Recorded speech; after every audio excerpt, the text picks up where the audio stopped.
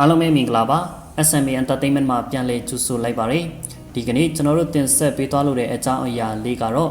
2021ခုနှစ်9ရက်သားသမီးများအတွက်တလစာပေးတင်ဟောစာတမ်းပဲဖြစ်ပါတယ်တနင်္ဂနွေသားသမီးများအတွက်ယခုကာလအတွင်းအလုပ်အကန့်ကိစ္စများအဆင်ပြေလာပါမယ်ရည်ရွယ်ချက်ဤမှန်းချက်များအသစ်ပေါ်လာပါမယ်နေရာထိုင်ခင်းကိစ္စများအတွက်နဲ့အနှဲငယ်စိတ်ညစ်နေရပါမယ်ငွေကြေးကိစ္စများအဆင်ပြေလာပါမယ်ဆုံးဖြတ်ရခက်တဲ့ကိစ္စများသူတစ်ပါးကိစ္စများအတွက်စိတ်ညစ်နေရပါမယ်အလုပ်အကန့်ကိစ္စများအဆင်ပြေလာပါမယ်အထက်လူကြီးနဲ့ပူးတွဲပြီးတော့လုပ်ကန်ဆောင်ရွက်လိုက်ပါစီးပွားရေးငွေကြေးကိစ္စတွေမှာအဆင်ပြေနေပေမဲ့လည်းမစုမိတော့အဖက်မတင်တော့အချိန်လေးဖြစ်နေပါမယ်စီးပွားရေးမှာပုံမှန်လေးအဆင်ပြေနေတဲ့အချိန်ဖြစ်ပါတယ်ဆက်သူကိစ္စတွေကိုရှောင်ကျဉ်ကြပါ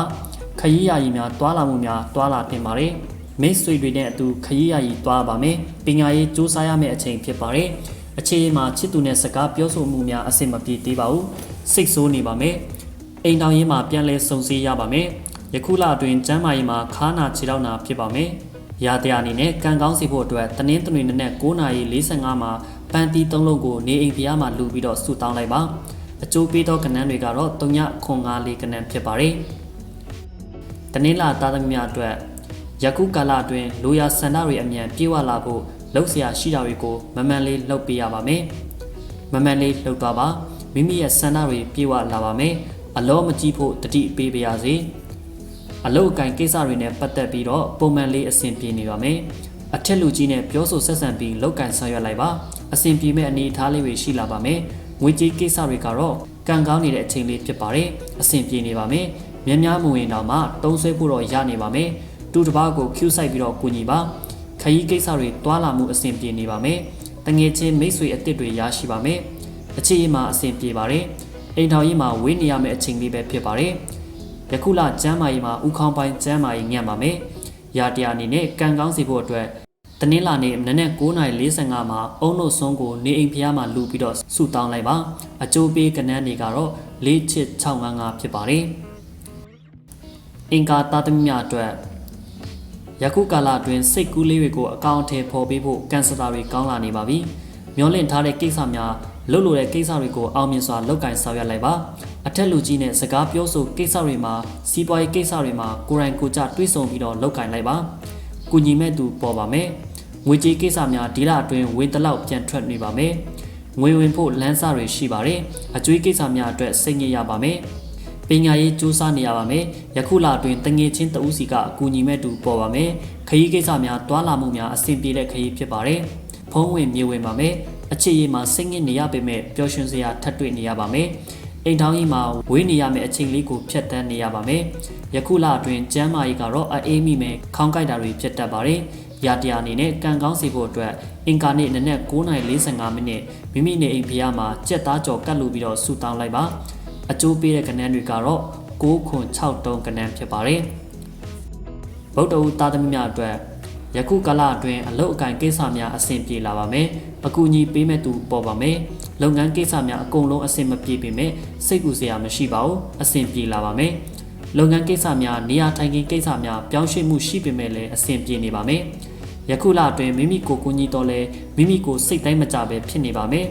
စကားများရကိန်းမရှိပေမဲ့အနှဲငယ်တော့စိတ်ညစ်နေပါမယ်ယခုလအတွင်းငွေကြေးများရတလောက်ကုန်နေပါမယ်ငွေကြေးကူညီပေးသူရှိပါတယ်အဖက်မတင်ပါဘူးရတလောက်ကုန်ကြမှုများရှိနေပါမယ်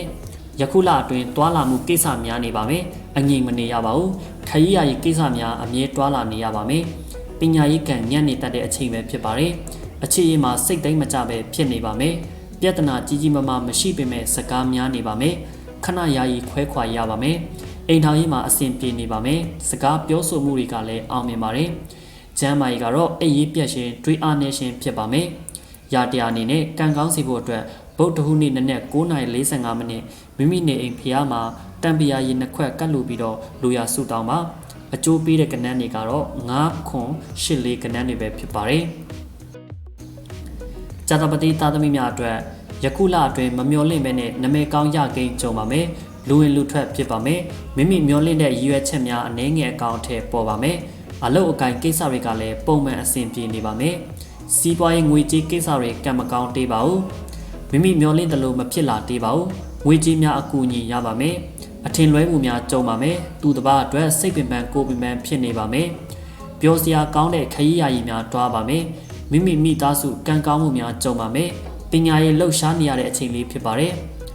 အဖို့အထည်ဝင်ပါမယ်အချစ်ရေးမှာချစ်သူနဲ့အစဉ်ပြေနေပေမဲ့လည်းတွေ့တိုင်းဆင်းရဲမှုများဝင်လာပါမယ်နီးရက်နဲ့ဝေးရမယ့်အချိန်လေးပဲဖြစ်ပါတယ်အင်တာရေးကိစ္စများစိတ်ညစ်နေတဲ့အချိန်ဖြစ်ပါတယ်ယခုလအတွင်းကျမ်းမာရေးမှာစိတ်ပင်ပန်းကိုယ်ပင်ပန်းဖြစ်ပါမယ်ရာတရားအနေနဲ့ကံကောင်းစီဖို့အတွက်ဇာတပတိနနက်9:45မိနစ်မိမိနေရှိဖျားမှာလိမ္မော်တီ9လုံးကတ်လူလိုက်ပါလူရစုတာမှာအကျိုးပေးကဏ္ဍတွေကတော့9-3တိတိကဏ္ဍတွေပဲဖြစ်ပါတယ်တောက်ကြသားသမီးများအတွက်ယခုကာလအတွင်းမိမိရဲ့မျှော်လင့်မှုများတပိုင်းတစအောင်မြင်မှုရရှိပါမယ်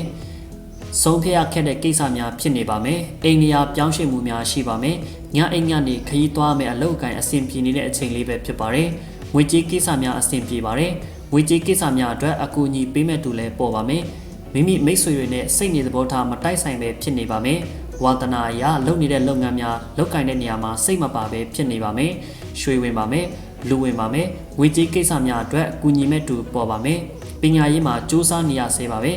မိသားစုညီအကိုမောင်နှမများအတွင်ထီပေါက်ပါမယ်အချစ်ရေးကိစ္စများအဆင်ပြေလိုက်မပြေလိုက်ဖြစ်နေပြီးမျက်နှာပွင့်နေပါမယ်အိမ်ထောင်ရေးကိစ္စများအိမ်ထောင်ဖက်နဲ့ယာယီခွဲခွာနေရပါမယ်ဒီလအတွင်းကျမ်းမာရေးမှာခါနာခြေထောက်နာဖြစ်ပါမယ်